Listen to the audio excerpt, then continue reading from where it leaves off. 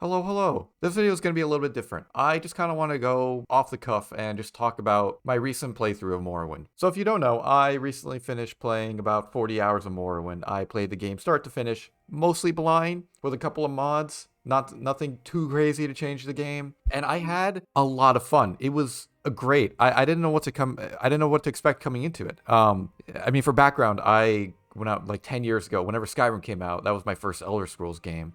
And I really didn't know what to expect when I bought it back then. And I fell in love with the game.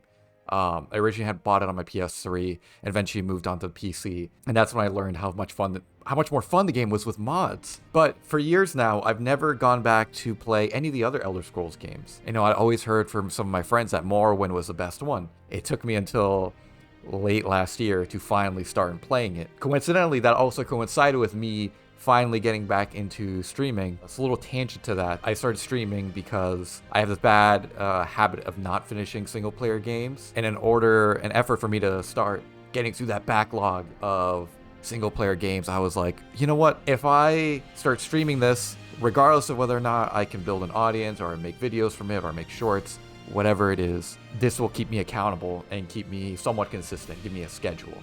And having ADHD, having a schedule is kind of tough, but it's been fun. And Morrowind is a great game. And I realize I've not been talking about Morrowind, so to actually talk about Morrowind, it's so much fun. The world building that Bethesda manages to do in this game is incredible. The dialogue with each of the characters that you interact with, it just provides an extra level of depth to your experience when playing the game. Sure, there's no voice acting like there is in Skyrim, but honestly, I feel like the voice acting in Skyrim is kind of to a detriment. In Skyrim, when you encounter like enough characters, you kind of realize they use the same voice actors for so many different NPCs. And I'm kind of conflicted about it because I understand, right? There's so many characters in that game. You would need to hire a lot of people, and I can't imagine how expensive that would be. But I feel like if you're going to have voice actors, you kind of need to commit to the bit. The combat in Morrowind is a bit weird, and it took me some getting used to.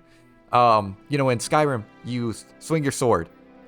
More than likely, you're going to hit something with the sword. You shoot an arrow. More than likely, you're going to hit something with it. If you're going against something that's high level in Skyrim, you just won't do damage. In Morrowind, if you're going against something that's your level, you're going to swing your sword, but you're going to miss.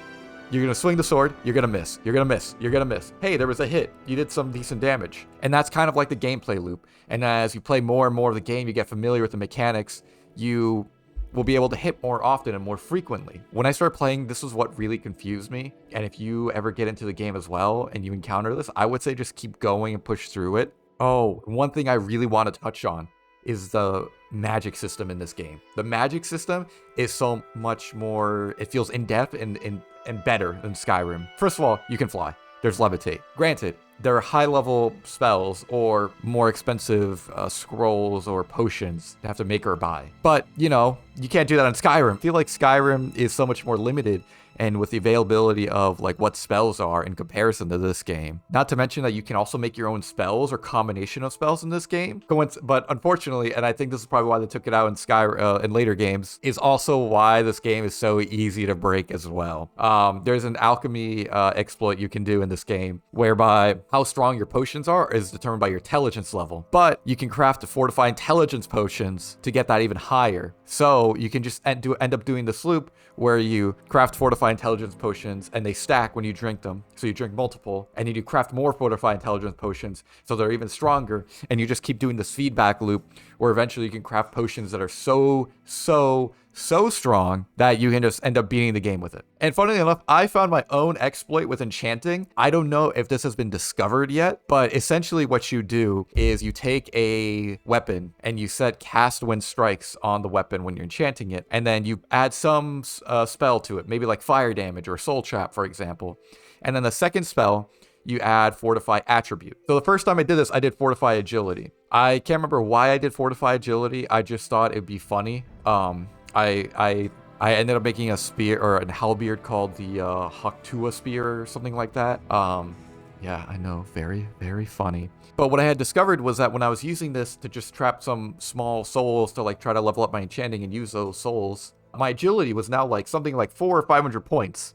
And I was genuinely confused as to why that was. I was wondering if like, oh, did I wear some piece of armor or something? Nope, it was the weapon. The weapon had permanently glitched my agility higher. And later on in the game, when I was getting near the end of it, and it was time for me to kill the big bad Dagoth Ur, I was just like, well, time to beat this game the most Elder Scrolls way possible and just exploit my way to insanely high character stats. And that's what I ended up doing.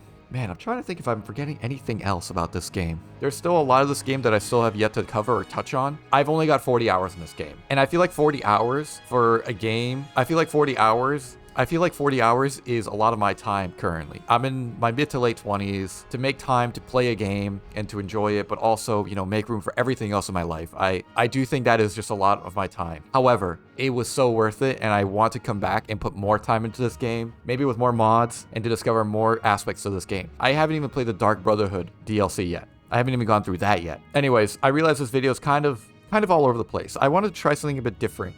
My last video was a Project Zomboid video. That one's a little bit more scripted. I worked with an editor on that one. And overall, I wasn't a huge fan of the way it turned out. Not because of the editor. He did a great job. It was more so of just the way I wanted to go about scripting a video. So I'm trying something a little bit different here. I'm going a little bit more off the cuff. If you like this video, and for some reason you like this off the cuff work, hey, hit like and subscribe if you want to watch more. I also stream on Twitch Monday through Fridays, early in the mornings in Pacific time, unfortunately, if you live in the US, but it's the only way I can make it fit into my schedule that makes sense for me at the moment. And yeah, thanks for watching if you're still watching, weirdo.